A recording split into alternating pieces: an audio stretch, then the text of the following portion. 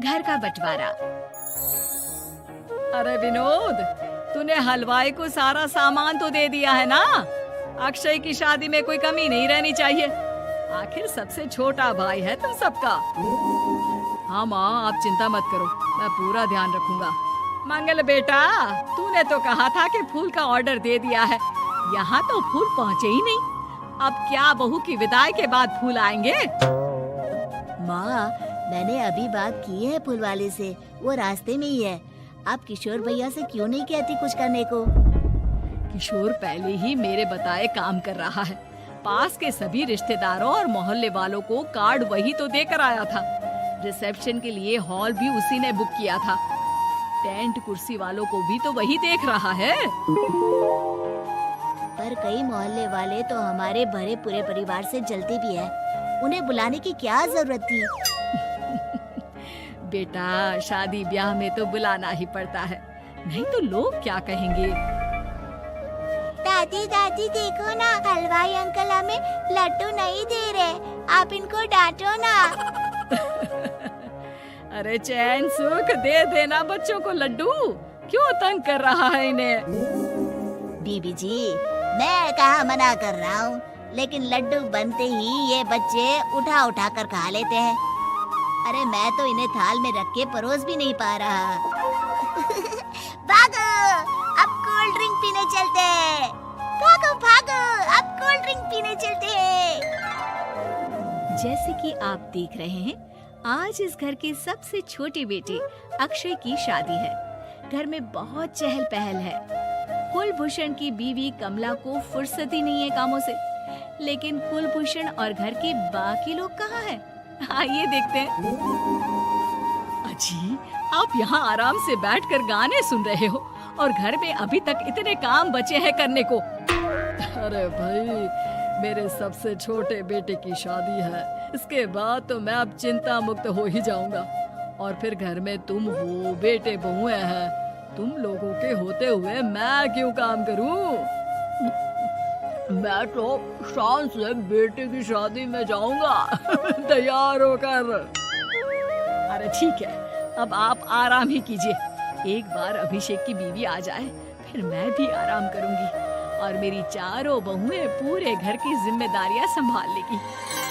इतना कहकर कमला वापस अपने काम में लग जाती है। बेटा भी, तू अब तक तैयार नहीं हुआ? किससे बात कर रहा है फोन पर? तैयार कैसे हूँ? सैलून जाने से तो आपने मना किया है, क्योंकि मुझे हल्दी लग चुकी है। भाभीयों को देखो, सुबह से पार्लर में है।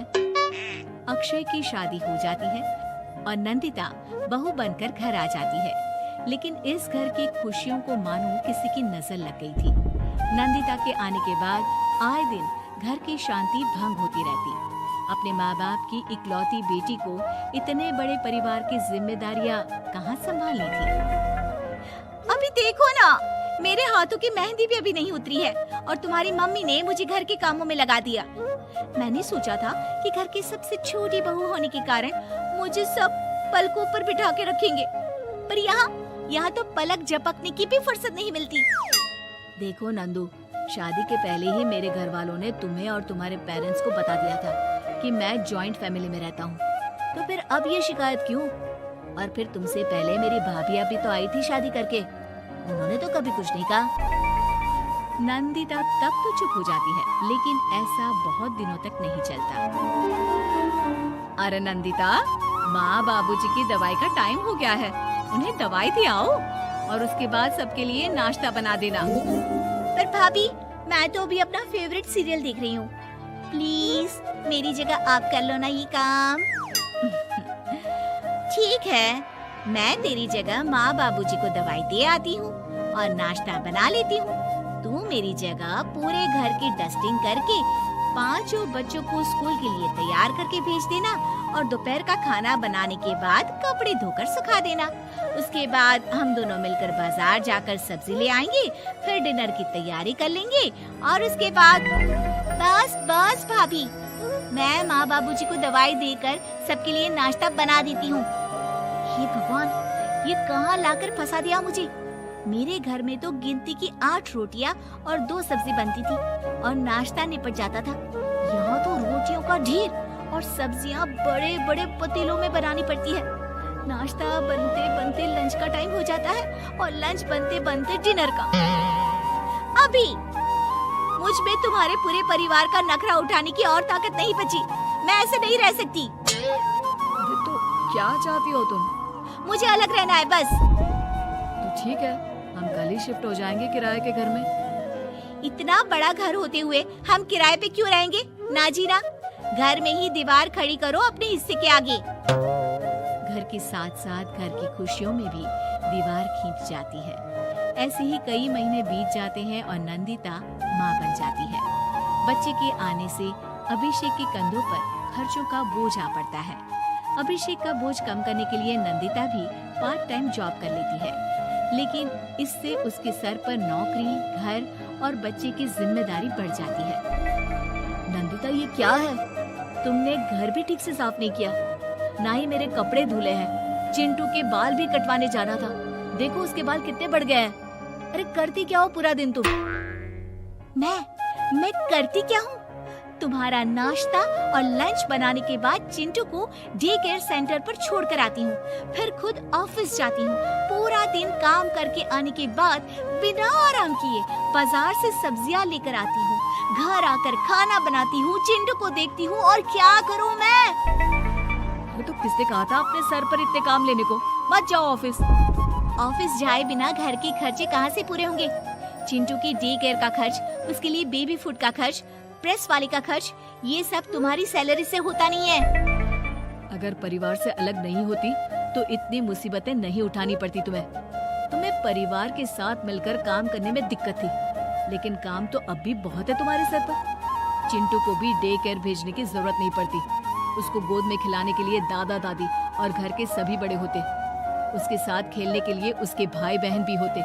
मेरे तीनों बड़े भाइयों के बच्चे भी बड़े हुए हैं, लेकिन बिना महंगा बेबी फूड खाए, क्योंकि मेरी माँ और भाभियाँ बहुत अच्छे से जानती है कि बच्चे को क्या खिलाना चाहिए। बिजली के बिल जैसे खर्चे भी सब मिलकर बांट लेते थे, लेकिन तुम्हें तो सबसे अलग रहने में ही मजा आता है। तो अब शिकायत क्यों करती हो? बस करो अभिषेक, बस करो। मैं मानती हूँ कि मैं गलत थी। मेरे एक गलत फैसले ने हमें बिल्कुल अकेला कर दिया है सबसे। एक घर में होते हुए भी हम बाकी परिवार से अजनबियों की तरह रह रहे हैं। अभिषेक और नंदिता की सारी बातें घर के बाकी लोगों को सुनाई दे रही थी। तभी कमला बोल पड़ती है। अरे नंदिता बहू, किसने कहा कि तुम अकेले हो? तुम्हारा इतना भरा पूरा परिवार है ना तुम्हारे साथ। हम तो बस ये चाहते थे कि तुम अपनी गलती समझ जाओ। अगर हम तुम्हें समझाते तो शायद तुम ना समझती, लेकिन अपनी गलती का एहसास तुम्हें खुद हो गया है, तो अब तुम समझ चुकी हो परिवार में एक साथ रहने का मोल क्या होता है। मम्मी जी, मुझे माफ कर दीजिए, अब ऐसा दोबारा कभी नहीं होगा। अरे माफी बाद में, पहले मेरा पोता जरा मेरी गोद में तो दे, और तू जाकर सबके लिए चाय बना ला।